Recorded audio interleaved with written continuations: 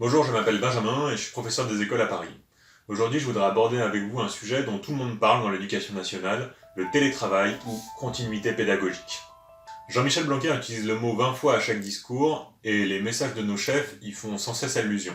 Du coup, au syndicat, on reçoit beaucoup d'appels et beaucoup de mails de collègues qui sont stressés et qui ne savent pas quoi faire. Alors, c'est quoi le télétravail? Certaines personnes imaginent qu'en ce moment, les personnels de l'éducation nationale font ça.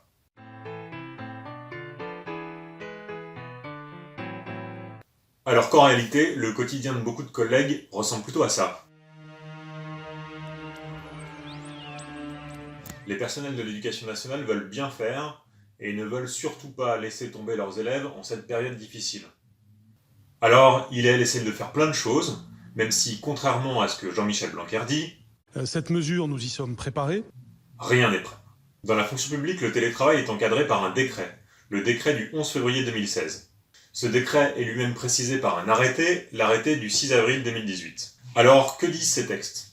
Ils disent que l'exercice des fonctions en télétravail est accordé sur demande écrite de l'agent. Donc Jean-Michel Blanquer ne peut pas mettre 1 million d'agents au télétravail en un claquement de doigts. Ils disent aussi que l'agent en télétravail bénéficie d'une formation sur les équipements mis à sa disposition.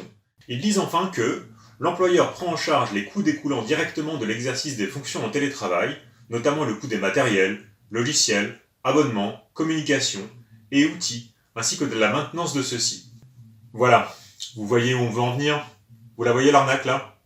Donc, dans l'éducation nationale, ce qu'on appelle la continuité pédagogique, ou le télétravail, en fait c'est juste du volontariat. Et puis parler de continuité pédagogique, c'est très culpabilisant et très anxiogène pour les personnels, ça leur met une sacrée pression.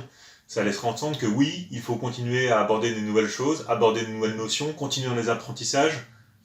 Dans ces conditions, c'est juste impossible. Et on voit bien les conséquences de ce télétravail mis en place en dehors de tout cadre réglementaire. Les conséquences, c'est un afflux de mails, un afflux de messages sur Pronote ou sur le NT, quand les outils fonctionnent.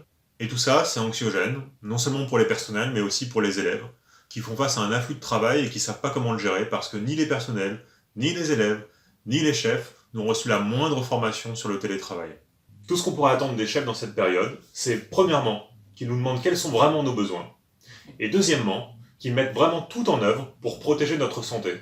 C'est ça leur responsabilité. Par contre, mettre en place le télétravail à marche forcée, sans filet de sécurité, et en ignorant toutes les conséquences de ce mode de travail, c'est vraiment de l'irresponsabilité. Et il faudrait pas oublier que l'urgence aujourd'hui, c'est pas une urgence pédagogique, c'est une urgence sanitaire. En période de confinement, les organisations syndicales restent mobilisées. Alors si vous recevez des pressions de vos chefs, ou si vous voulez vous informer sur vos droits, n'hésitez pas à contacter Sud Éducation.